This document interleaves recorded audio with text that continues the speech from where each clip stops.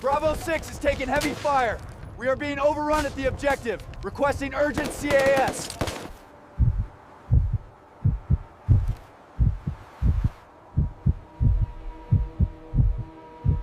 The radio static was the only sound that wasn't screaming.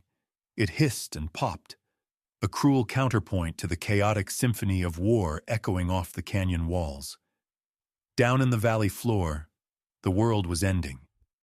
The distinct, terrifying crack thump of AK-47 rounds hitting rocks created a rhythm of panic. "We are pinned down.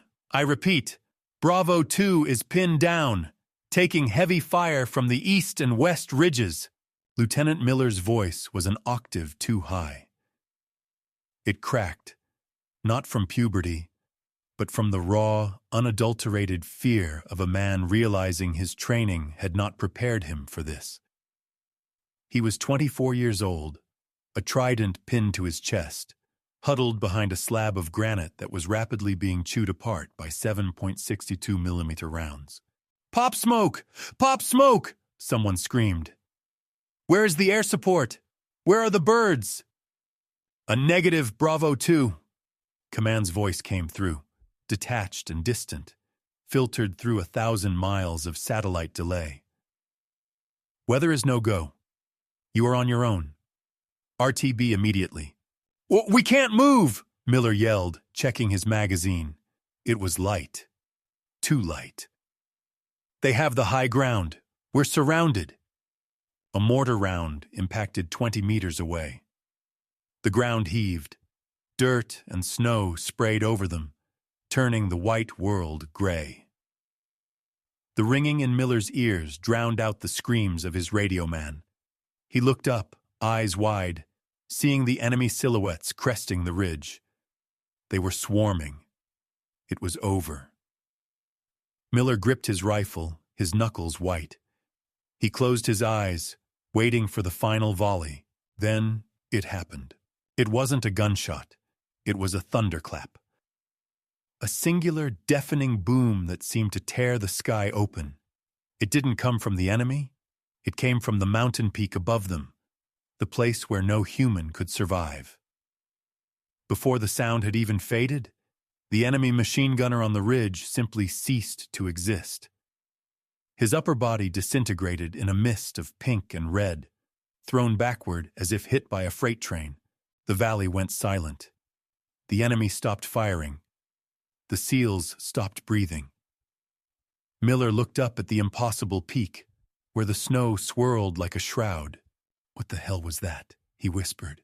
6,000 feet above the panic, the air was thin enough to kill. Sarah Kincaid lay perfectly still. She was buried under 2 feet of snow, her body wrapped in a white thermal ghillie suit that made her indistinguishable from the glacier she rested on. Her heart rate was 42 beats per minute. A reptile in winter.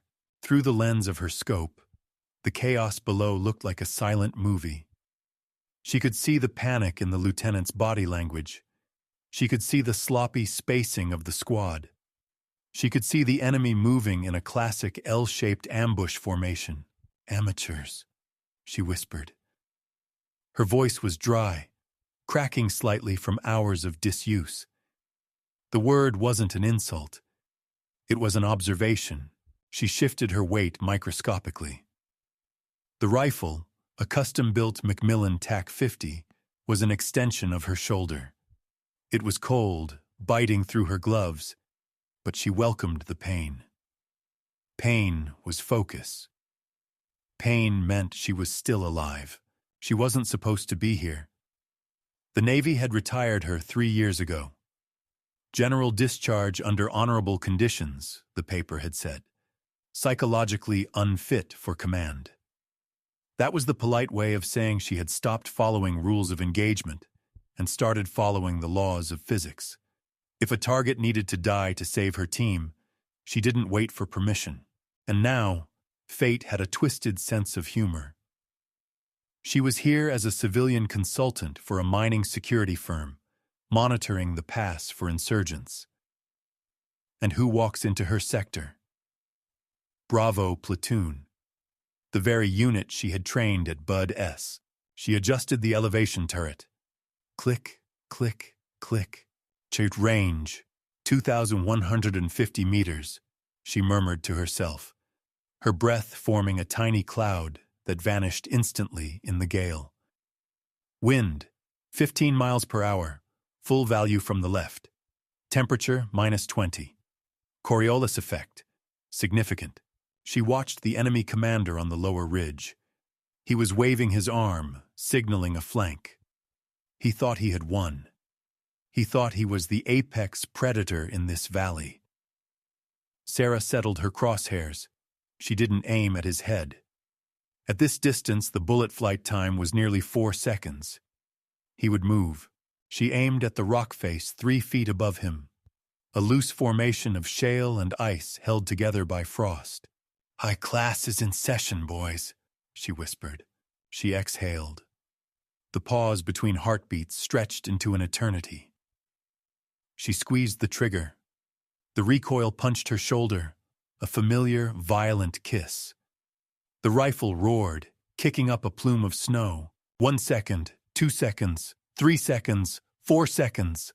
Through the scope, she saw the result. The .50 caliber Raufoss round didn't hit the man. It slammed into the rock face above him with the force of a grenade. The impact shattered the shale, sending a cascading ton of razor-sharp rock and ice sliding down. The enemy commander looked up just in time to be buried. The flank collapsed. Down in the valley, the SEALs were staring up at the mountain. They looked like confused children. Sarah didn't smile. She cycled the bolt, ejecting the steaming brass casing into the snow. It hissed, melting a small hole in the ice. "Target suppressed," she said to the empty air. "Next." The wind at 14,000 feet did not blow. It cut. It screamed over the razor-sharp spine of the Hindu Kush, stripping heat from anything living in seconds. Sarah Kincaid didn't feel it. She had mentally compartmentalized the sensation of freezing into a small box in the back of her mind, labeled later. Right now, her world was confined to the circular view of her Night Force ATSR scope. She lay prone on a yoga mat painted white, buried under a layer of crushed ice and snow. To a drone or a spotter plane, she was just another drift in a sea of white. Beside her, the Kestrel 5700 Elite weather meter was clipped to a rock, its small fan spinning violently. The numbers on the digital screen flickered. Wind, 18 mph. Direction, 9 o'clock. Barometric pressure, 22.10 nhg. Sarah processed the data without conscious thought. She wasn't doing math. She was feeling the geometry of the valley. Down below, 2,000 meters away, the dust from her first shot was settling. The SEALs were scrambling behind cover, dragging their wounded radio man deeper into the rocks. They were shouting. She couldn't hear their voices over the wind, but she could see their mouths moving. She could see Lieutenant Miller waving his rifle like a conductor's baton, pointing in the wrong direction. "Check your 6, Miller," Sarah whispered, her lips barely moving against the balaclava. "You're looking at the trigger, not the shooter." She shifted her gaze to the enemy. The insurgents weren't retreating. These weren't local farmers with rusted AKs. They were foreign fighters, Chechens or Uzbeks, disciplined and well-equipped. They had realized the shot came from the high ground, but the angle was too steep, the distance too absurd for them to comprehend. They assumed it was an airstrike or a mortar. Sarah watched a 3-man team detach from the main enemy force. They were moving low and fast, using the terrain to flank the SEALs' left side. They were setting up a DSHK heavy machine gun on a tripod. If they got that gun operational, they would turn the SEALs' cover into a slaughterhouse. Sarah cycled the bolt of the Macmillan. The action was stiff from the cold. She had wiped all the oil off the internal mechanisms before the mission. Oil froze at this altitude, turning into glue. The metal was dry, cold, and unforgiving. She checked her dope card taped to the stock of the rifle. 2,200 meters. 84 MOA of elevation. It was an impossible shot for a standard sniper. But Sarah wasn't standard, and the TAC-50 wasn't a standard rifle. It was an artillery piece you could carry. She dialed the turret. Click, click, click. The sound was swallowed by the gale. The enemy gunner was sliding the heavy barrel of the DSHK into the receiver. He was fast. In 10 seconds, he would open fire. Sarah didn't aim at the gunner. A human target at this range was too small, too erratic. If he flinched, she missed. If the wind gusted, she missed. Instead, she aimed at the base of the tripod, where it dug into the loose scree of the slope. Breathe, she told herself. She exhaled, emptying her lungs until her body was a vacuum. The reticle settled. The heartbeat in her thumb slowed. She squeezed. The rifle slammed backward, the muzzle brake venting gas to the sides, kicking up twin geysers of snow. The suppressed boom was lost in the wind, a low thump that sounded like a heavy door closing miles away. Sarah stayed on the scope. Time of flight. 4.2 seconds. 1. The gunner locked the barrel. 2. He racked the charging handle. 3. He swung the muzzle toward the seals. 4. The .50 caliber round impacted the scree directly beneath the tripod's front leg. It didn't just hit the dirt. It detonated the rock. The energy transfer blew a crater the size of a helmet into the unstable slope. The ground gave way instantly. The heavy machine gun tipped forward, its balance destroyed. It tumbled down the steep ravine, taking the gunner with it. The man flailed, grasping at the air as he and his weapon bounced violently off the rocks, disappearing into the mist below. The other two insurgents froze, staring at the spot where their heavy weapon had been just a second ago. They looked up at the mountain, their eyes wide, searching the white peaks for a muzzle flash that wasn't there. Sarah was already racking the bolt. She caught the hot brass casing in her gloved hand before it could hit the ice, leaving a thermal signature or making a sound. She shoved the smoking casing into her pocket, welcoming the brief, searing heat against her frozen thigh. 2 down, she whispered. Don't thank me yet, Miller. I'm just clearing the board. She grabbed a handful of fresh snow and sprinkled it over the barrel of her rifle to cool it down, watching the steam rise and vanish in the wind. Below, the seals were still pinned, still blind, and completely unaware that they were being hunted by an army and protected by a ghost. Miller was screaming into the radio again. The panic in his voice had shifted from fear to resignation. Mortars! They're setting up mortars on the ridge. Repeat, 60-millimeter tubes spotting at 2 o'clock. We are fish in a barrel down here. He was right. 2,000 meters away, Sarah saw the setup through her scope. 3 men, one carrying the base plate, one with the tube, one with the ammo crate. They were moving fast, sprinting across a gap in the rock cover to reach a firing position that would give them a direct line of sight into the SEAL's depression. If they dropped a single round into that hole, Bravo platoon would be hamburger meat. Sarah didn't panic. Panic was a waste of oxygen. She adjusted her turret. The target wasn't stationary anymore. The ammo carrier was sprinting. At this altitude, a human running on adrenaline moved at roughly 4 meters per second. The bullet from her TAC-50 would take 4.5 seconds to reach him. If she aimed at him, she would miss. By the time the bullet arrived, he would be 18 meters away. Sarah shifted her aim. She moved the crosshairs away from the man, panning left, staring at a patch of empty white snow ahead of him. To an observer, It would look like she was aiming at nothing. She was aiming at a ghost. She was aiming at the future. Windage, she muttered. 3 mils left. Lead, 4 mils. The wind gusted, shaking the heavy barrel just a fraction of a millimeter. At 2 kilometers, that fraction was the difference between a kill and a warning shot. She waited for the lull. The ammo carrier was halfway across the gap. He was committed. He couldn't stop. Sarah's finger curled around the trigger. She didn't pull. She pressed, a steady, increasing pressure until the rifle surprised her. Crack, boom. The rifle bucked. The suppressor absorbed the flash, but the shockwave kicked up a cloud of ice crystals around her face. Sarah kept her eye glued to the scope. She counted in her head, her internal metronome keeping perfect time with the universe. 1. The man was still running. 2. He was closing the distance to the empty patch of snow. 3. He was almost there. 4. The man ran directly into the bullet.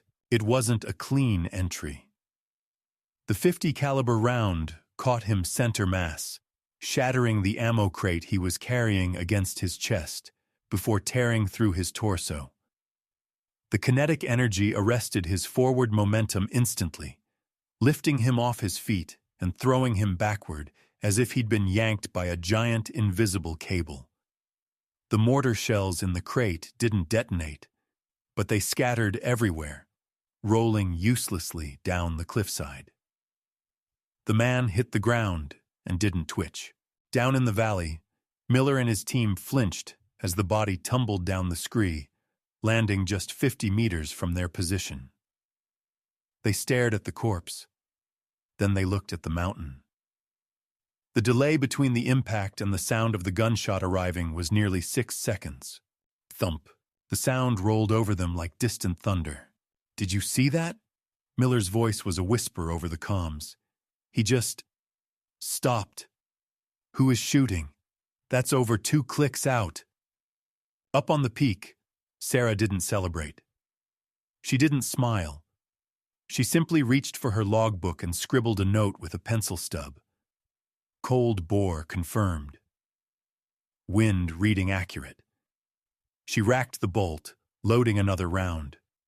The other 2 men in the mortar team had frozen, terrified. They were looking at the empty air, realizing that death could come from nowhere, at any second, and there was absolutely nothing they could do to stop it. "School isn't out yet," Sarah whispered. "Unknown station. This is Bravo 2 Actual. Identify yourself." "Over."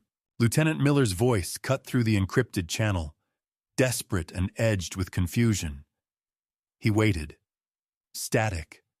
Just the white noise of the atmosphere bouncing off the ionosphere. "I repeat, unknown sniper element on the North Ridge. We are receiving effective support. Identify for coordination." "Over." Silence. Miller lowered the handset, looking at his radio man, Petty Officer Davis. "Anything?" "Nothing, sir." Davis shook his head, tapping the display of his MBITR radio.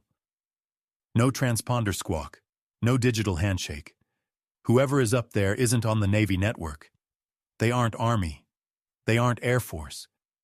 Hell, sir, they aren't even broadcasting a carrier wave." "Mercenaries?" asked Tex, the platoon's heavy gunner, wiping sweat and grime from his face. "CIA." Miller pulled out his laser rangefinder. He stayed low, putting the device over the rock ledge, and aimed it at the mountain peak where the shots seemed to originate. He pulsed the laser. The display flashed. "Too far," Miller muttered. "Laser can't get a return." He switched to the map, tracing the contour lines with a shaking finger. He looked at the terrain features, the ridge where the snow was swirling. That was the only possible vantage point. He did the math in his head. Then he did it again, because the first result made no sense. "That's 2,400 meters, Miller whispered. He looked at Tex. That's a mile and a half. Uphill. In a blizzard. Son, no one makes that shot, LT, Tex said, shaking his head. Not with a first-round hit. That's a Rob Furlong shot. That's a mythological shot. Up on the jagged spine of the mountain, Sarah heard their radio calls. Her headset was tuned to their frequency, but her microphone was unplugged. She wasn't going to answer. The moment she transmitted, the enemy would have her grid coordinates. Through her scope, she saw the enemy adapting. They were smart. A technical vehicle was crawling out from behind a rock outcrop on the valley floor. It wasn't mounting a gun. It was mounting a strange, rotating antenna array. Direction finders, Sarah realized. They were triangulating the acoustic crack of her rifle. They were hunting her sound. She watched the operator in the back of the truck putting on headphones. He was scanning the ridges, waiting for her next shot. If she fired again, his computer would calculate her azimuth and elevation within seconds. Then, the mortars would rain down on her head. Sarah didn't flinch. She opened the bolt of her rifle slowly, ejecting the unfired round into her hand. She swapped it for a different cartridge. This one had a blue tip. Mark 211 Mod 0. Raufoss High Explosive Incendiary. You want to hear me? She whispered. Listen to this. She didn't aim at the operator. She aimed at the engine block of the truck. She adjusted for the new atmospheric pressure. The temperature had dropped another 2 degrees. The air was denser. She dialed up 2 clicks. She exhaled. The world narrowed down to the crosshairs. Crack thump. The bullet traversed the valley for 5 long seconds. Down below, the direction-finding operator saw a spike on his screen. He shouted, pointing up at the mountain. He had a lock, but he never got to relay the coordinates. The Raufoss round slammed into the truck's engine block. The tungsten core punched through the steel, and the incendiary explosive charge detonated inside the engine compartment. The fuel lines ruptured instantly. A fireball erupted, engulfing the cab of the truck. The shock wave shattered the antenna array, sending spinning metal flying into the air. The operator was thrown from the bed of the truck, rolling in the snow. The explosion echoed off the canyon walls, a booming retort that silenced every other gun in the valley. Target destroyed, Sarah whispered, cycling the bolt. Miller watched the burning truck. He looked back up at the silent white peak. The radio in his hand was still hissing static. That wasn't a request for coordination, Miller said, his voice hollow. That was a statement. Who is she? Davis asked, not realizing he had used the wrong pronoun. Or maybe subconsciously, he knew. I don't know, Miller replied. But she just blinded them. We're the only ones with eyes now. The explosion of the technical truck had bought them time, but not safety. If anything, it had kicked the hornet's nest. Lieutenant Miller crouched behind the shattered remains of a granite boulder, checking his magazine.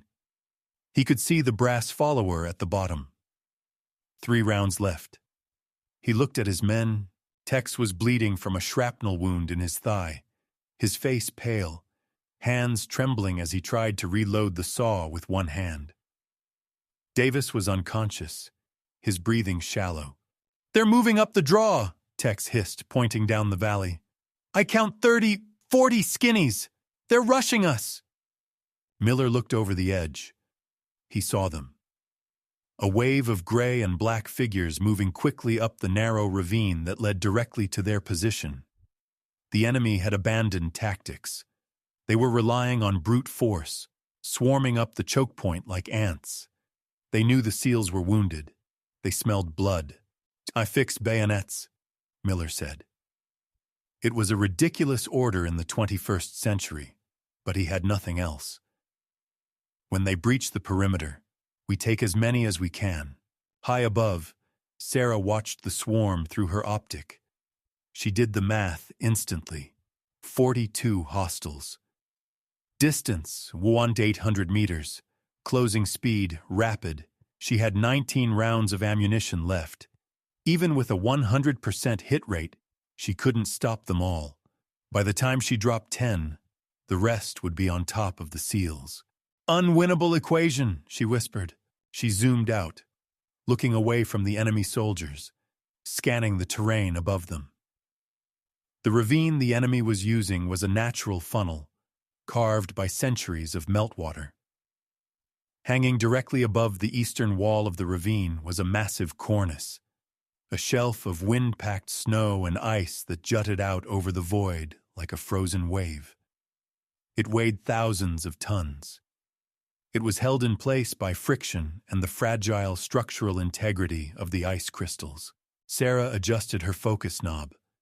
She could see the fracture lines running through the base of the cornice. It was a loaded gun, waiting for a trigger. Terrain denial, she murmured. She didn't aim at the enemy soldiers. She aimed at the stress point of the ice shelf, 50 meters above their heads.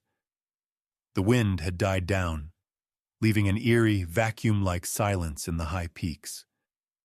Sarah inhaled deeply, the cold air burning her lungs. She needed precision. A miss here would just chip the ice. She needed to break the spine of the mountain. She dialed her elevation. She checked the cant of her rifle. "Forgive me," she whispered. Not to the enemy, but to the mountain. She squeezed the trigger. The rifle roared. The Raufoss MK211 round screamed across the valley. It impacted exactly where the ice met the rock face.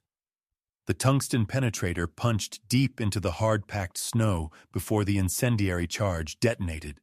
The explosion wasn't large compared to a bomb, but it was surgical.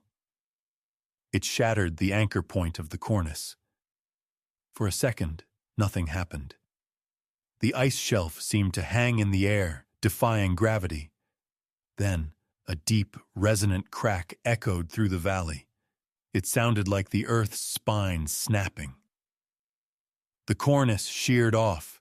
Down in the ravine, the enemy soldiers stopped running. They looked up. They saw the sky turn white. Thousands of tons of snow, ice, and rock cascaded down the cliffside. It wasn't a slide. It was a freefall. The white curtain crashed into the narrow ravine with the force of a tactical nuke. The sound was deafening, a roar that vibrated in the SEALs' chests and blotted out the sun. The lead element of the enemy force, 20 men, vanished instantly. Buried. Erased. The rear element scrambled backward, dropping their weapons, clawing at the rocks to escape the expanding cloud of powder and debris. The avalanche slammed into the valley floor, piling up a wall of snow 30 feet high. It completely blocked the pass. The enemy was cut in half. The path to the SEALs was gone. Miller and his team covered their heads as the powder cloud rolled over them, coating them in a fine layer of white dust. When the roar finally subsided, replaced by the settling hiss of shifting snow, Miller slowly stood up. He looked down into the ravine. Where there had been an army charging at them, there was now a silent white wall. "My God," Tex whispered, staring at the new geography of the battlefield. "Did she just drop a mountain on them?" Miller looked up at the distant peak, where the jagged scar of the missing cornice was visible against the blue sky. He raised his hand, pressing the transmit button on his radio. He didn't ask for identification this time. He just said 2 words. "Good copy. Up on the ridgeline." Sarah didn't reply. She was already moving. The avalanche was a temporary shield.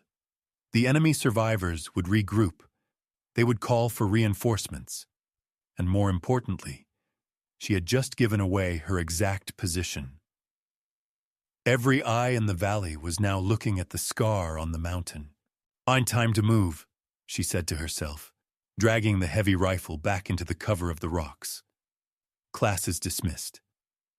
The avalanche had silenced the valley, burying the screams and the gunfire under 1,000,000 tons of white powder. But silence in the Hindu Kush was a liar. Sarah didn't celebrate the destruction she had caused. She didn't even blink. She was already engaging the displacement protocol. She dragged her rifle backward, inch by painful inch, sliding into a secondary firing position 10 meters to her left. She knew what was coming. The infantry attack was a hammer, but the enemy had a scalpel, too. "I'm Bravo 2. This is Ghost," she whispered.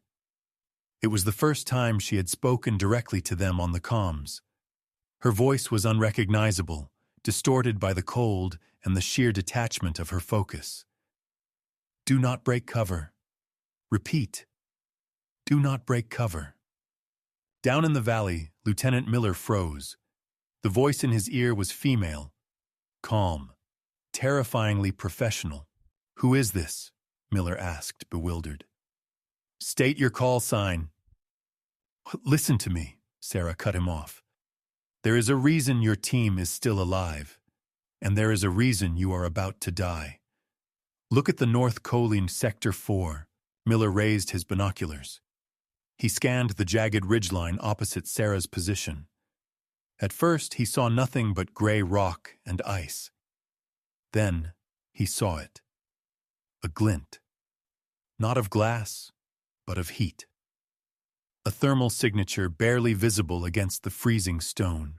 "Sniper," Miller gasped. "He's watching us." "No," Sarah corrected. "He's watching me." The enemy sniper was good. He hadn't fired during the chaos. He had waited. He had watched the trajectory of the avalanche, calculated the angle of Sarah's shots, and triangulated her nest. He was waiting for her to make a mistake. He was waiting for her to move. Sarah lay perfectly still. Her body temperature was dropping. Her fingers were numb. She looked at her Kestrel meter. Range, 2,430 meters. It was beyond the effective range of the .50 caliber weapon. It was beyond the range of sanity. At this distance, the bullet would fall nearly 200 feet before hitting the target. She had to aim at the sky to hit the ground. "Coriolis effect," she muttered. "Earth rotation. Right to left drift." She adjusted the turret. The clicks felt loud in the thin air. She had to account for the fact that the Earth would literally turn underneath the bullet while it was in the air. The enemy sniper shifted. He was settling in. He was preparing to fire blindly into her suspected area, hoping to suppress her or get a lucky kill. "A bait," Sarah thought. "Miller," she said into the radio, "stick your helmet up, on my mark." "Are you insane?" Miller hissed. "He'll take my head off." "He isn't looking at you," Sarah said.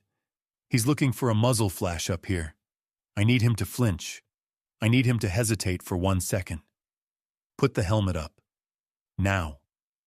It was a command, not a request. Down below, trembling, Miller put his helmet on the barrel of his rifle and slowly raised it above the rock.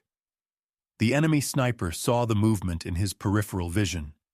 He turned his head slightly, just for a fraction of a second, distracted by the amateurish movement below. That was the mistake. Sarah saw his profile turn. "Got you." She exhaled. She squeezed the trigger. Boom! The rifle recoiled violently. The suppressor could hide the flash, but it couldn't hide the shockwave. Sarah didn't rack the bolt. She held her breath. She watched through the scope. 1 second. The bullet was screaming through the thin air, fighting gravity. 2 seconds. It crossed the valley floor, high above the heads of the SEALs. 3 seconds. It began its steep descent, dropping like a stone. 4 seconds. 5 seconds. 6 seconds. Through the high magnification optic, Sarah saw the trace, the disturbance in the air caused by the bullet's shockwave. It looked like a heat shimmer, a distortion arrow pointing straight at the enemy. The bullet struck, It didn't hit the sniper. At 2,400 meters, accuracy was a probability, not a certainty. It hit the rock face 6 inches from his head, but it was a .50 caliber Raufoss. It didn't need to hit skin. The explosive tip detonated on impact with the granite. The blast sent razor-sharp rock fragments spraying outward at 3,000 feet per second. The enemy sniper's scope shattered. The man was thrown back violently, his rifle spinning away into the void. He didn't get up. Sarah watched for 10 seconds. No movement. The threat was neutralized. "Target down," she whispered. Her voice was shaking now, not from fear, but from the adrenaline crash. Down in the valley, Miller slowly lowered his helmet. He looked up at the mountain, his face pale. "Who are you?" he asked again, his voice filled with a mixture of awe and fear. Sarah didn't answer. She couldn't. The cold had finally breached her defenses. Her hands were locking up. Her vision was blurring. The silent professional had won the duel, but the mountain was about to extract its price. The adrenaline that had sustained Sarah through the duel evaporated the moment the enemy sniper fell. In its place, the cold rushed in like a floodwater breaching a dam. It started with the battery pack on her chest. The small LED indicator on her heated vest, which had been glowing a reassuring solid green, flickered. Then it turned red. Then it died. Sarah stared at the dark light. She didn't feel panic. Panic required energy. She just felt a heavy, dull realization.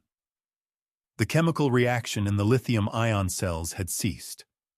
At minus 25 degrees, batteries didn't just drain. They surrendered. "A backup," she whispered. Her lips felt like rubber. She tried to reach for the spare power cell in her leg pocket. Her hand didn't obey. Her fingers were thick, clumsy claws.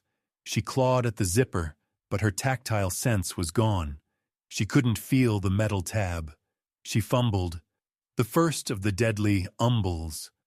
"Focus," she commanded herself. The word came out as a slur. Fine motor skills. Compromised. She abandoned the zipper. It was too late for that. The core temperature was dropping. She could feel her blood thickening, retreating from her extremities to protect her vital organs. Her vision began to tunnel, the edges of the white world turning gray. Then the hallucinations started. The snow in front of her scope shifted. It wasn't snow anymore. It was a face. A young face. Pale with wide, terrified eyes. "Petty Officer Evans," Sarah whispered. It was the student she had washed out of training 4 years ago. The one who had frozen on the obstacle course. The one who had looked at her with hatred when she cut his bell rope. "Get up, Evans," she muttered to the snow. "The cold is just a mindset. Get up." The snow face didn't move. It just stared at her, judging her. "I did it to save you," she argued with the wind. "You weren't ready. You would have died out here." "Ghost!" a voice crackled in her ear. Sarah jumped. The hallucination shattered back into ice crystals. "Ghost, this is Bravo 2 Actual. Do you copy?" It was Miller. His voice was clear, warm, alive. He was down in the valley, probably huddled with his men in a thermal blanket, sharing body heat. He sounded so close, yet he was a universe away. Sarah tried to key her mic. Her thumb slipped off the button twice before she managed to press it. "Copy," she breathed. The word was a husk. "We are secure," Miller said. "We found a cave. We are riding out the night. What is your status? We can't see you anymore. The storm is closing in." Sarah looked at her hands. They were white, waxy. Frostbite was setting in. If she told him her status, he would try to send a rescue team up the cliff. They would die on the ice. They didn't have the gear. A status. Green. she lied. Holding position. Roger that, Miller said, relieved. Hey, thank you. Whoever you are. We owe you. Don't, Sarah whispered, her eyes closing. Don't owe me. The radio clicked off. The silence returned, heavier than before. Suddenly, a wave of heat washed over her. It was intense, burning, suffocating. She felt like she was in a sauna. Sweat seemed to prickle on her skin, paradoxical undressing. Her brain was misfiring. The hypothalamus, confused by the extreme cold, was fully dilating her blood vessels, dumping the last reserves of her body heat in a final, suicidal flush. Hot, she gasped. Too hot. Her hand moved to the collar of her ghillie suit. She wanted to rip it off. She wanted to lie down in the cool snow and sleep. It would be so easy. Just close her eyes. Just let the warmth take her. No. The word was a steel spike in her mind. Sarah bit her own tongue. She bit it hard, until she tasted the metallic tang of copper. The pain cut through the false warmth. Weapon, she hissed. She forced her frozen hands to grab the rifle, not to shoot, but to hold on to something real. The metal was so cold it burned, fusing to her gloves. I am the wall.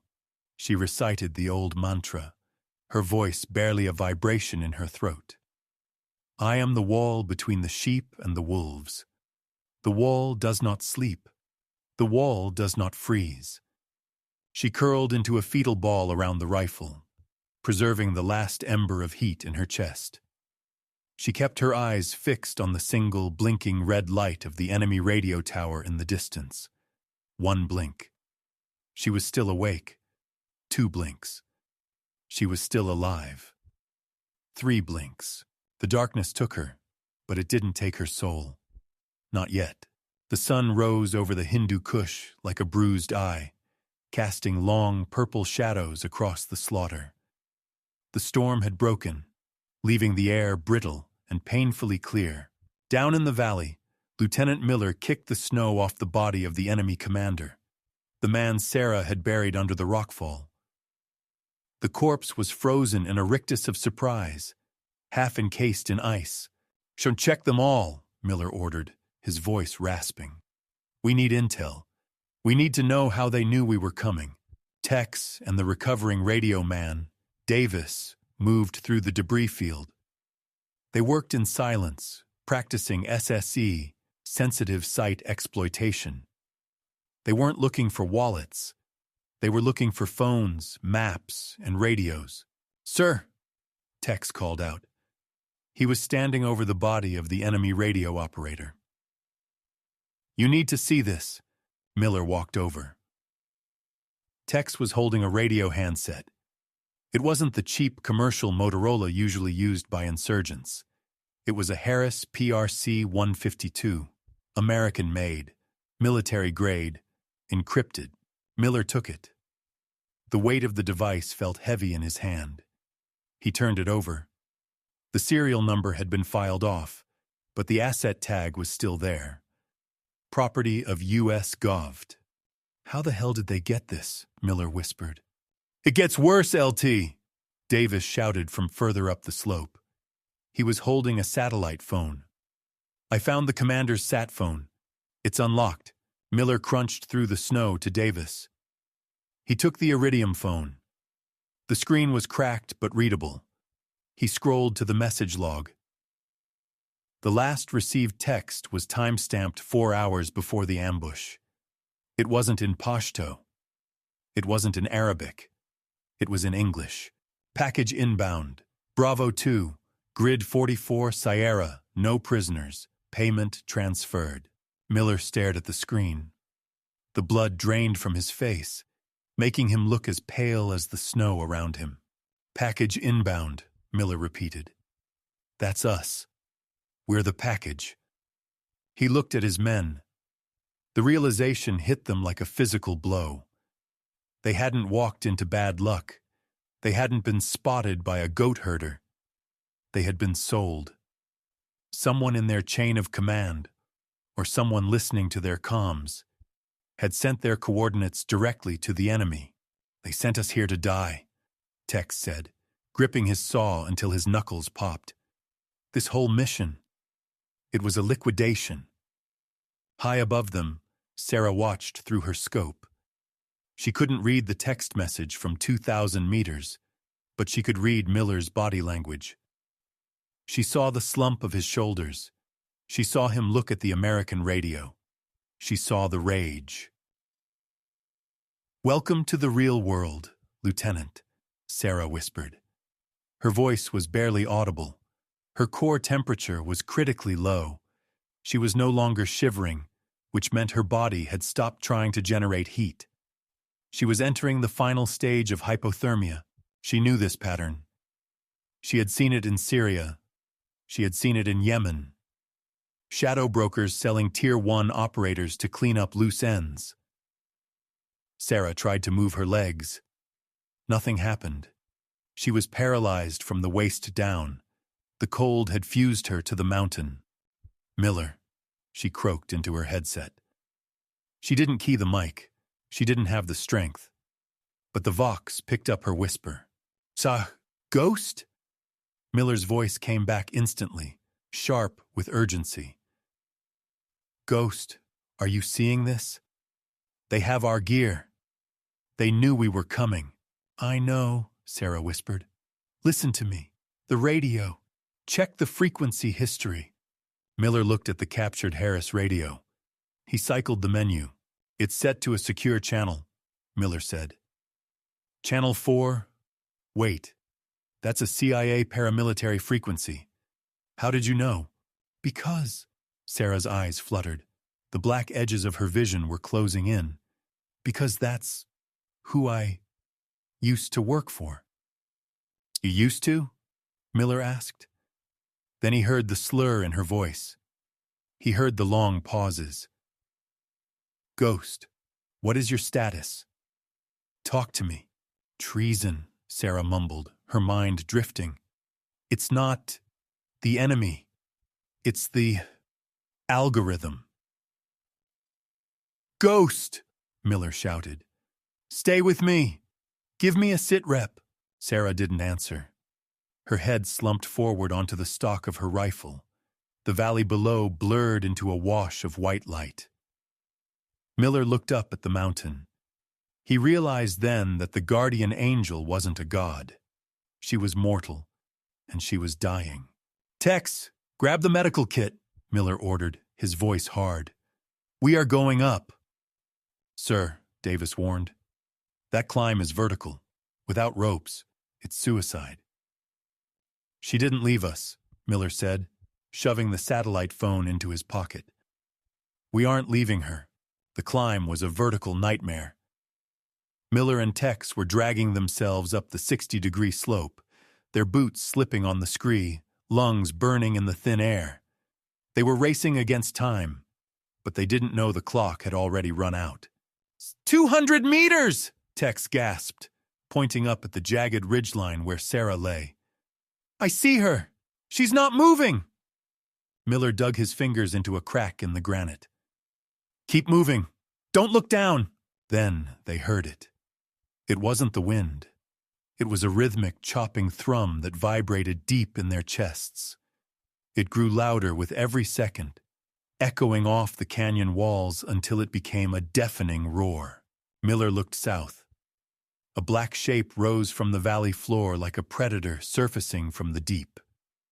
It was an MH-60MR Blackhawk, but it had no tail numbers, no unit insignia, no flag. It was matte black, designed to absorb radar and light. "Rescue!" Davis shouted from below, waving his arms. "Over here! We're here!" "No!" Miller screamed, his eyes locking onto the open side door of the helicopter. "Get down! Davis, get down!" He saw the gunner. The man wasn't wearing a standard flight helmet. He was wearing a ballistic mandible mask, completely covering his face, and he was leaning over an M134 minigun. The barrels of the minigun began to spin. It sounded like a giant zipper being torn open. A high-pitched electric whine. Brrrrty. The sound was unique in modern warfare. It wasn't a series of bangs. It was a continuous stream of lead. 3,000 rounds per minute tore into the rocks around Davis. The snow erupted in a geyser of steam and pulverized stone. Davis threw himself behind a boulder, just as the rock face where he had been standing disintegrated. "Contact front," Miller yelled into the radio. "They're engaging! They're hostile!" The Black Hawk didn't circle back for the SEALs immediately. It banked sharply, the pilot showing immense skill, and flared hard, hovering directly over the ridgeline, directly over Sarah. "They aren't here for us," Miller realized with horror. "They're here for the witness." Up on the ridge, Sarah opened her eyes. The sound of the rotor wash was deafening. The downforce kicked up a blizzard of ice crystals, stinging her exposed face. She looked up. She saw the black belly of the helicopter. She saw the ropes being kicked out the side doors. Thick, braided, fast ropes dropped down, hitting the snow just 10 meters from her position. Operators in black winter gear began to slide down the ropes. Smooth, fast, professional. They hit the ground and immediately fanned out, weapons raised. They were the cleaners, a Tier 1 unit tasked with erasing mistakes. And right now, she was the mistake. Sarah couldn't move her legs. She couldn't reach her rifle. Her hands were useless blocks of ice. She watched them approach. One of them, the point man, raised his hand. "Halt." He looked at Sarah. He raised his suppressed rifle. He didn't say a word. There was no demand for surrender. This was an execution. Miller saw the operators on the ridge. He was still 100 meters below. Helpless. He raised his carbine, aiming at the hovering helicopter, knowing it was futile. "Broken arrow!" Miller screamed into the radio frequency, hoping someone, anyone, was listening. "Broken arrow! Friendly forces under attack by unknown air asset!" But the only reply was the laughter of the minigun spinning up for another pass. The barrel of the cleaner's suppressed HK-416 was 2 feet from Sarah's face. The black bore looked like a tunnel into the afterlife. The operator didn't rush. Why would he? He was standing over a frozen, crippled woman who hadn't moved in hours. He adjusted his grip, aiming for the T-box, the fatal triangle between the eyes and nose. It was professional. It was clean. It was arrogant. Sarah's legs were dead weight, but her right hand, the one she had kept buried deep inside the thermal pocket of her vest, was not. It was warm. It was alive. And it was gripping the textured polymer handle of her Sig Sauer P226. She didn't try to draw the weapon out. That would take a full second. She didn't have a second. She rotated her wrist inside the vest, angling the muzzle upward. She didn't aim with her eyes. She aimed with proprioception, the body's innate sense of where it is in space. Angle, 45 degrees. Target, femoral artery. The operator's finger tightened on his trigger. Blam, blam. The sound was muffled by the layers of down and Gore-Tex, sounding like a heavy door slamming shut. 2 9mm hollow point rounds tore through Sarah's vest, erupted outward, and slammed into the operator's upper thigh, just below the edge of his ballistic plate carrier. The armor was designed to stop rifle rounds to the chest. It wasn't designed to stop a point-blank pistol shot to the groin. The operator screamed, a raw, animal sound. The femoral artery ruptured. Blood sprayed black against the white snow. His leg collapsed instantly, the hydraulic pressure of his blood pressure dropping to 0. He fell forward, landing directly on top of Sarah. Sarah didn't panic. She used the dead weight. She grabbed the dying man's collar with her left hand and pulled him closer, turning him into a meat shield. "Contact! Man down! Man down!" The other two operators shouted, their voices distorted by their masks. They opened fire. Thwip, thwip, thwip. Bullets tore into the back of their fallen comrade, jerking his body violently on top of Sarah. She felt the impacts like hammer blows transmitted through his flesh. Sarah jammed the muzzle of her pistol into the snow to clear a jam, then pushed it out from under the corpse's armpit. She had a narrow field of fire. She saw boots, black tactical boots moving left, trying to flank her. She couldn't turn her body. She was frozen to the ground. So she waited. The second operator rounded the pile of rocks, expecting to put a finishing round into the pile of bodies. He saw the muzzle flash too late. Crack. One shot. Sarah aimed for the ankle. The bullet shattered the tibia. The man stumbled, dropping to one knee. His head came down to her level. Crack. The second shot took him in the throat, just above the collar of his vest. He went down, gurgling. "High ground secured," Sarah whispered, her voice a ragged wheeze. But the war wasn't over. The roar of the helicopter grew louder. The pilot had seen his men fall. The Black Hawk pivoted on its axis, dipping its nose. The minigun spun up again, this time aiming directly at the sniper nest. Sarah looked up. She was out of ammo. She was trapped under a dead man. She watched the 6 barrels of the death machine begin to rotate. "Do it, Miller," she prayed. "Whatever you're doing, do it now." Suddenly, a streak of white smoke erupted from the valley floor below. It wasn't an RPG. It wasn't a missile. It was a flare. A standard-issue magnesium emergency flare. But Miller hadn't fired it into the air. He had fired it directly into the open cabin door of the helicopter. The burning magnesium, hotter than lava, bounced off the floor of the Black Hawk and rolled toward the ammunition belt of the minigun. The gunner panicked. He kicked at the flare, screaming. The pilot, blinded by the sudden intense light inside the cabin, yanked the cyclic hard to the right. The helicopter lurched violently, the tail rotor missing the cliff face by inches. The minigun fire went wild, stitching a line of holes across the sky instead of Sarah's body. The Black Hawk peeled off, banking hard to extinguish the fire and regain control. It retreated, disappearing behind the ridgeline. Silence slammed back into the mountain. Sarah pushed the heavy corpse off her chest. She gasped for air, the cold burning her throat like acid. She looked at her hand. The pistol was empty. The slide was locked back. She let it drop into the snow. "Ma classe," she coughed, blood flecking her lips. "Dismissed." Miller crested the ridge, his lungs heaving, his boots crunching on blood-soaked snow. The wind had died down, leaving the mountain top in a surreal, church-like silence. "Clear!" Miller shouted, sweeping his rifle left and right. "Sector clear!"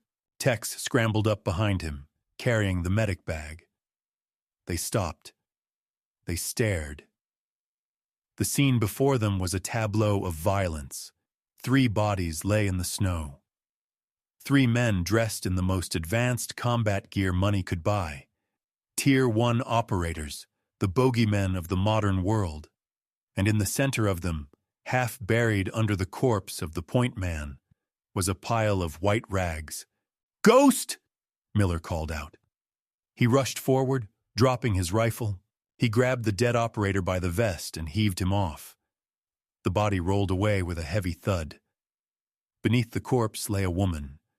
She was small, shockingly small. She was curled into a fetal position, her face pale as marble, her lips blue.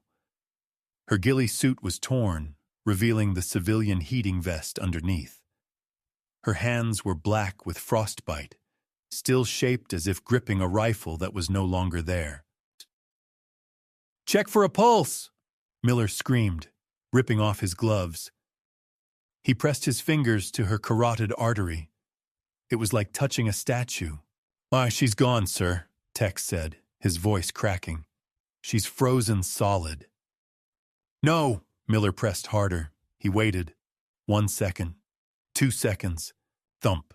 It was faint. A flutter. A bird trapped in a cage. I have a pulse! Weak and thready, Miller shouted. Get the thermal blanket. Strip her wet gear. We need skin-to-skin contact now. Miller reached for the zipper of her jacket to cut it open. As he pulled the collar down, he froze. On the Velcro patch of her undershirt, there was no name tape, no rank. Just a faded, unauthorized morale patch. It was a picture of a grim reaper holding a ruler instead of a scythe. Miller knew that patch. Every SEAL who had gone through Bud S in the last 5 years knew that patch. He looked at her face again. The frost had masked her features, but now, up close, he saw the scar on her chin. He saw the sharp, uncompromising line of her jaw. Oh my God, Miller whispered. The realization hit him harder than the mortar fire. What is it, sir? Tex asked, frantically unfolding the foil blanket. It's her, Miller said, his voice trembling. It's Master Chief Kincaid. It's Wraith. Tex stopped. The instructor? The one who failed half our class? The one they kicked out? She didn't get kicked out, Miller said, looking at the dead assassins around them. They just stopped letting her hold the leash. Sarah's eyes fluttered. They didn't open fully, just a slit of white showing through the lashes. She was delirious, her brain firing random neurons as it shut down. Elbows, she rasped. The sound was barely a whisper. Miller leaned in close, his ear to her lips. Chief? Chief? Can you hear me? Keep your elbows in, she mumbled, repeating a phrase she had screamed at them 1,000 times on the grinder. Don't. Silhouette. Yourself. Tears, hot and angry, welled up in Miller's eyes. She wasn't seeing him. She was seeing a student. Even while dying, she was trying to correct their form. We're listening, Chief, Miller choked out. We're listening. Class is in session. Did I? Sarah's voice trailed off, her brow furrowing with effort. Did I pass? She wasn't asking about the mission. She was asking about her redemption. She was asking if she was finally good enough after years of being told she was broken. Miller grabbed her frozen hand, squeezing it with both of his. You passed, Sarah, Miller said firmly. You passed with honors. Now stay with us. That is a direct order. He looked at Tex. Pop the smoke. I don't care if every bad guy in the valley sees us. We are getting her off this mountain. Overlord, this is Bravo 2. We have the package.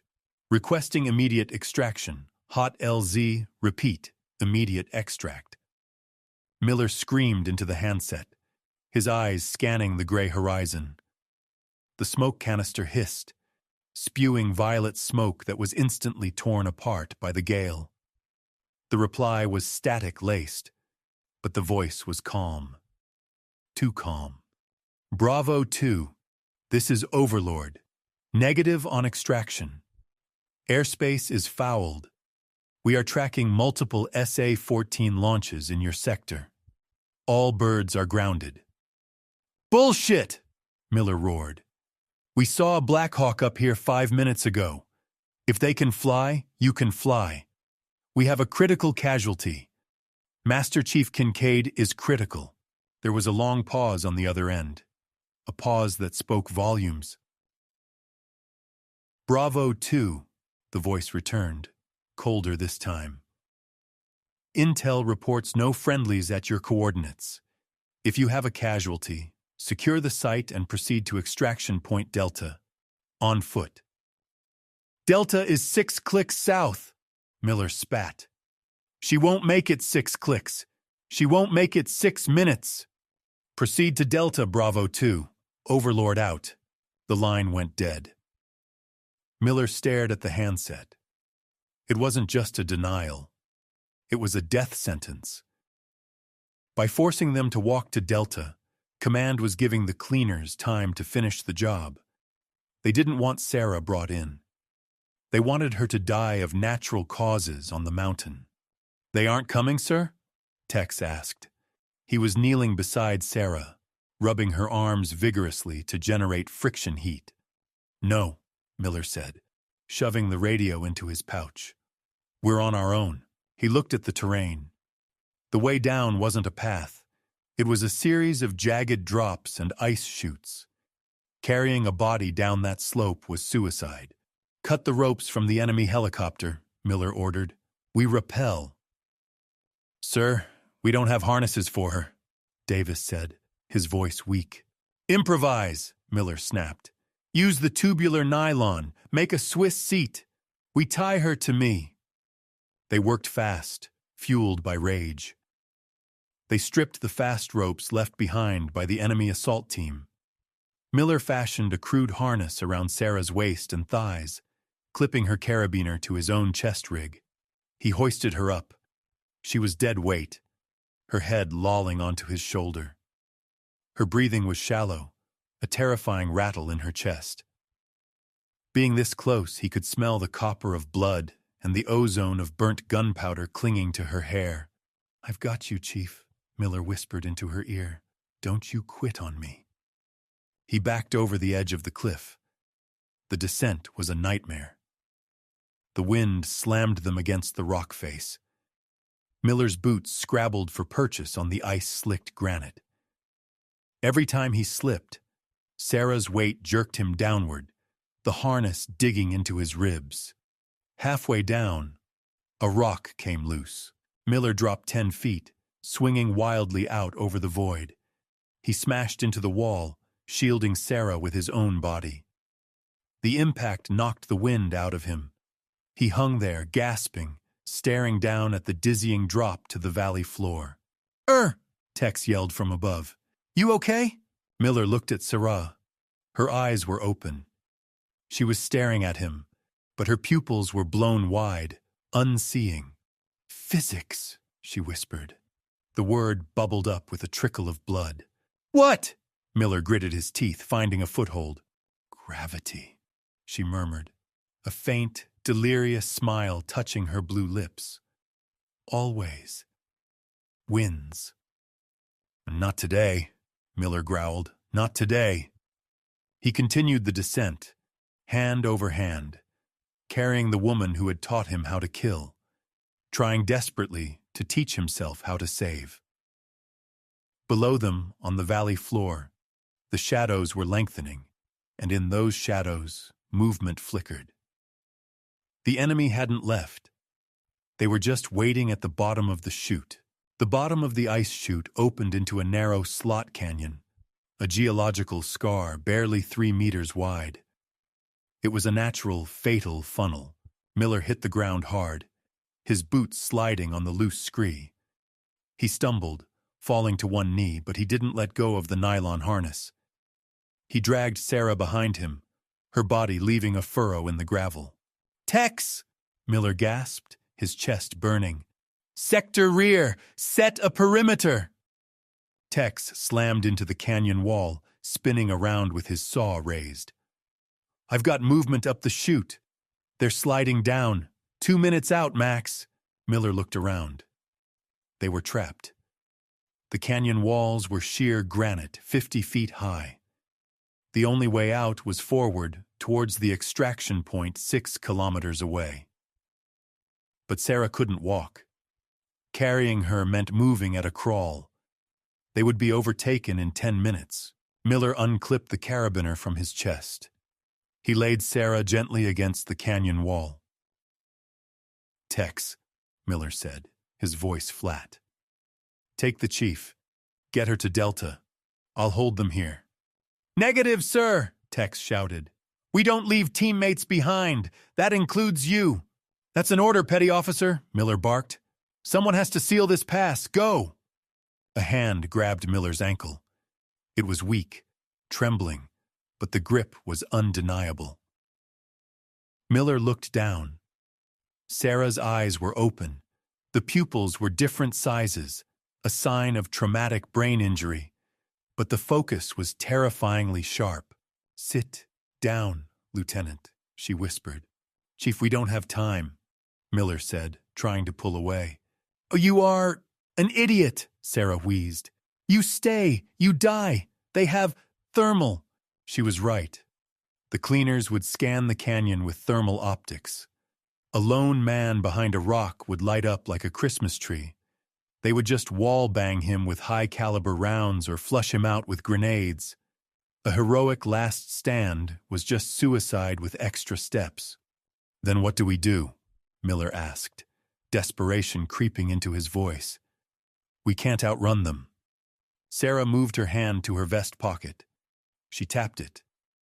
Miller reached in and pulled out a small, green plastic device. An M57 firing device. The clacker for a claymore mine. Where is the mine? Miller asked. Puck, Sarah whispered. Top flap. Miller ripped open her pack. Inside was a single M18A1 claymore. The front was embossed with the words, "Front toward enemy." Set it, Sarah commanded. Her voice was getting stronger, fueled by a final surge of adrenaline. Vertical, mount, Miller understood. Usually claymores are planted in the ground, but in a narrow canyon, a ground burst would be absorbed by the uneven terrain. He scrambled up the canyon wall, jamming the legs of the mine into a crack in the rock 7 feet off the ground. He angled it downward, aiming directly at the base of the ice chute where the enemy would land. Wire, Sarah whispered. Miller ran the firing wire back to their position behind a bend in the canyon wall. He handed the clacker to Tex. No, Sarah said. Give it to me. Chief, you can't... I can't walk, she interrupted, closing her eyes to conserve energy. I can... click. You carry me. I watch. The rear. Miller hesitated, then realized the brilliance of it. She would be the rear guard while being carried. He hoisted her onto his back again, securing the harness. Sarah's arms draped over his shoulders. Her right hand clutched the M57 clacker against Miller's chest. Her head rested on his shoulder, facing backward, looking down the dark canyon. Move, she whispered. Miller and Tex began to run, stumbling through the dark. Behind them, the sound of sliding rocks echoed. The cleaners had entered the chute. Sarah's vision was blurring. She saw shadows moving in the twilight.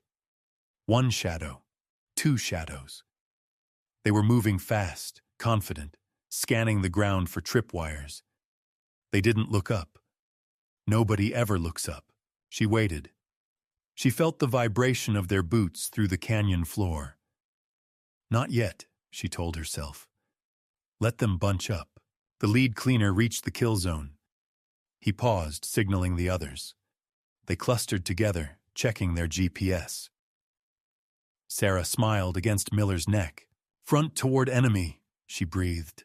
She squeezed the clacker. Click. The explosion was deafening in the confined space. 700 steel ball bearings screamed out of the mine at Mach 3. Because it was mounted high and angled down, the spread was perfect. It raked the canyon floor like a giant steel broom. The explosion didn't just kill the pursuers. It destabilized the canyon walls. The shockwave brought down tons of loose rock, sealing the entrance to the pass with a wall of rubble. Miller stumbled forward from the force of the blast wave, pushing them from behind. Dust billowed past them. Chief! Miller shouted, checking his shoulder. Sarah's hand had gone limp. The clacker fell from her grip, dangling by the wire. Did we get them? Tex asked, coughing in the dust. She got them, Miller said, feeling the stillness of the woman on his back. She buried them. He adjusted her weight. ignoring the screaming of his own muscles. "We're almost there, Sarah," he whispered. "Just hold on a little longer." Extraction Point Delta was not a landing zone. It was a graveyard of ambition. It was a flat, wind-scoured plateau at the edge of the glacier, marked only by the rusted remains of a Soviet radar dish.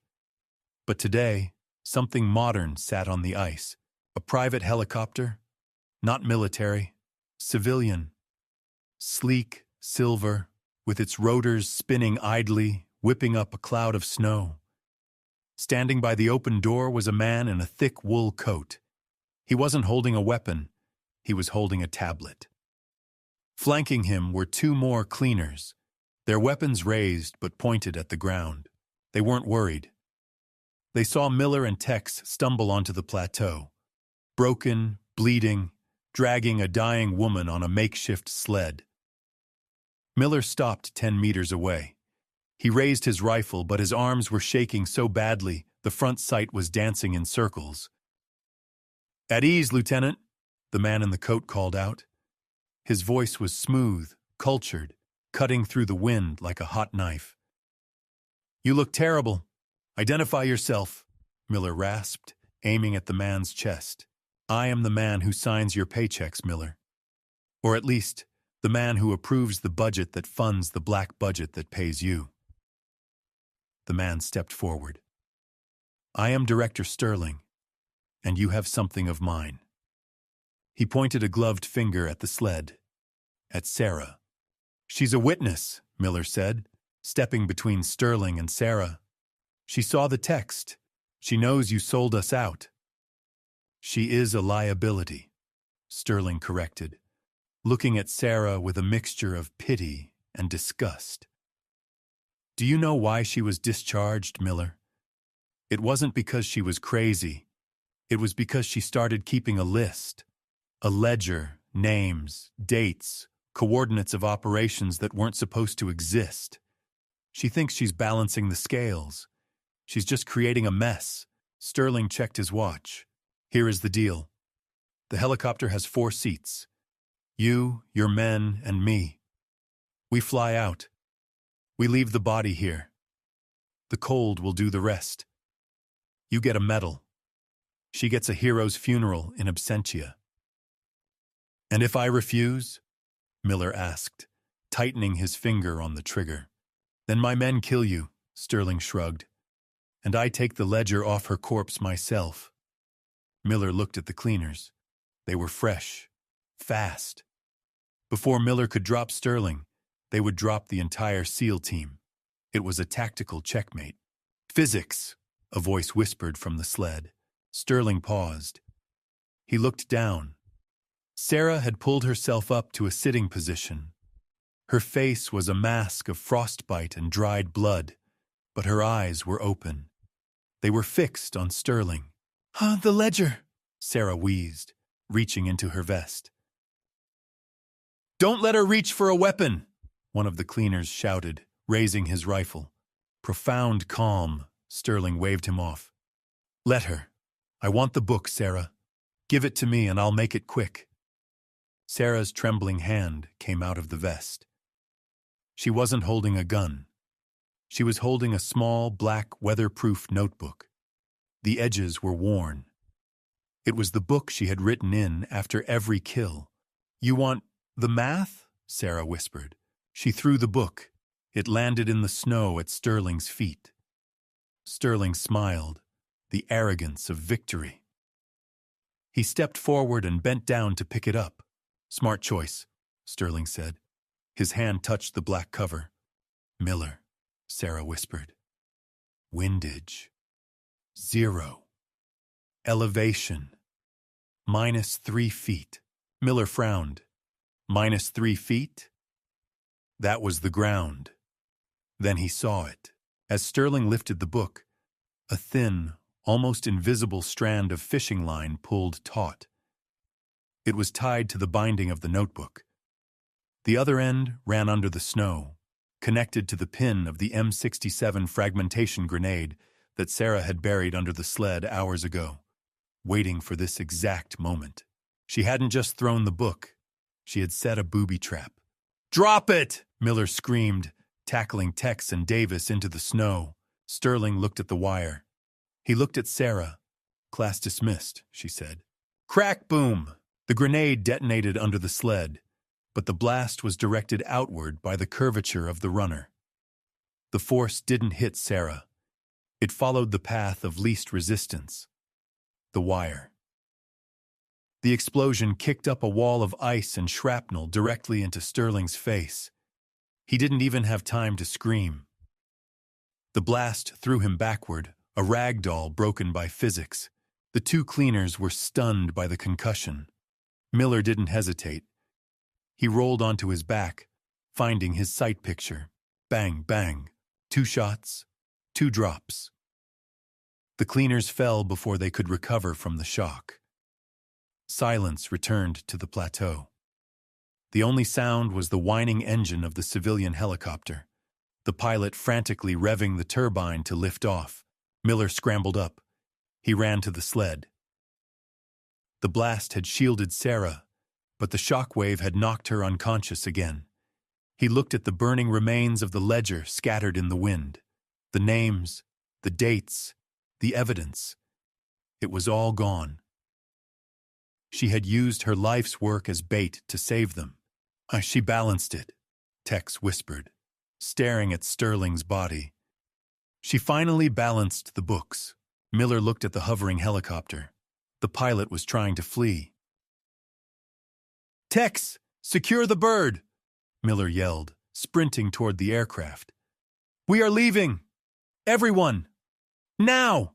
The civilian helicopter touched down on a remote airstrip in Uzbekistan, 40 miles across the border.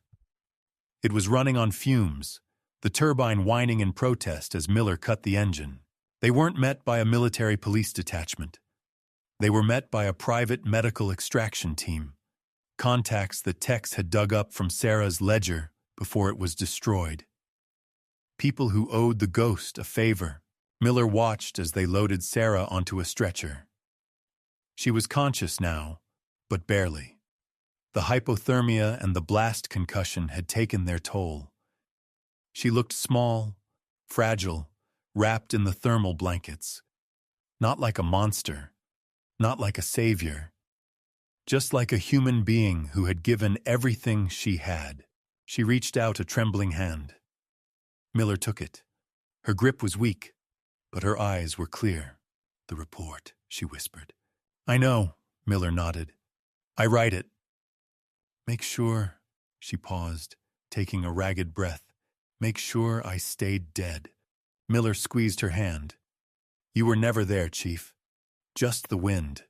She gave him a faint, tired smile. Then the medical team loaded her into the back of an unmarked van. The doors slammed shut.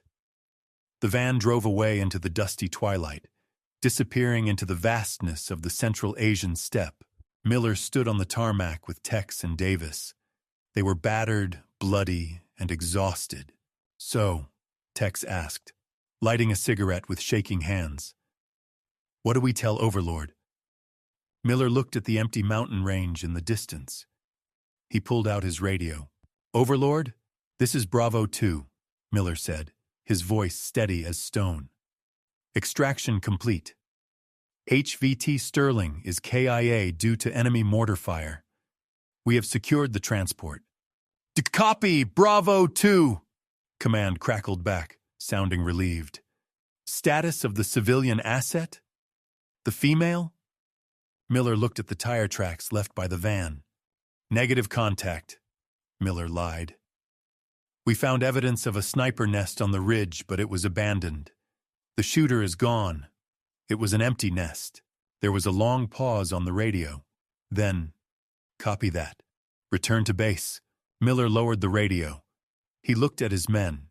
"She saved us," Davis said softly. "No," Miller corrected. "We saved each other. That's the job." The bar in Virginia Beach was crowded, loud, and smelled of cheap beer and floor wax. It was a SEAL bar. The kind of place where tridents were taped to the wall and stories were told in hushed tones. Lieutenant Commander James Miller sat in a booth in the back. He was older now. The gray in his hair had spread. He was reviewing training packets for the new Bud S class. A waitress walked over and placed a small brown paper package on the table. No return address. Just a postmark from somewhere in the Swiss Alps. "Someone left this for you," she said. Miller frowned. He opened the package. Inside was a single object, a laminated card. It was a dope card, a sniper's data sheet for a Macmillan TAC-50. But instead of windage and elevation numbers, there were coordinates written in sharp, precise pencil. 34°1, 69°, Valley of the Kings. Watch your 6, Miller smiled. He knew those coordinates. It was a new conflict zone, a place where young SEALs were currently operating. He flipped the card over. On the back there was no signature, just a drawing, a ruler. Miller put the card in his pocket. He picked up his beer and raised it slightly to the empty air. "Status green, ghost," he whispered. "Status green."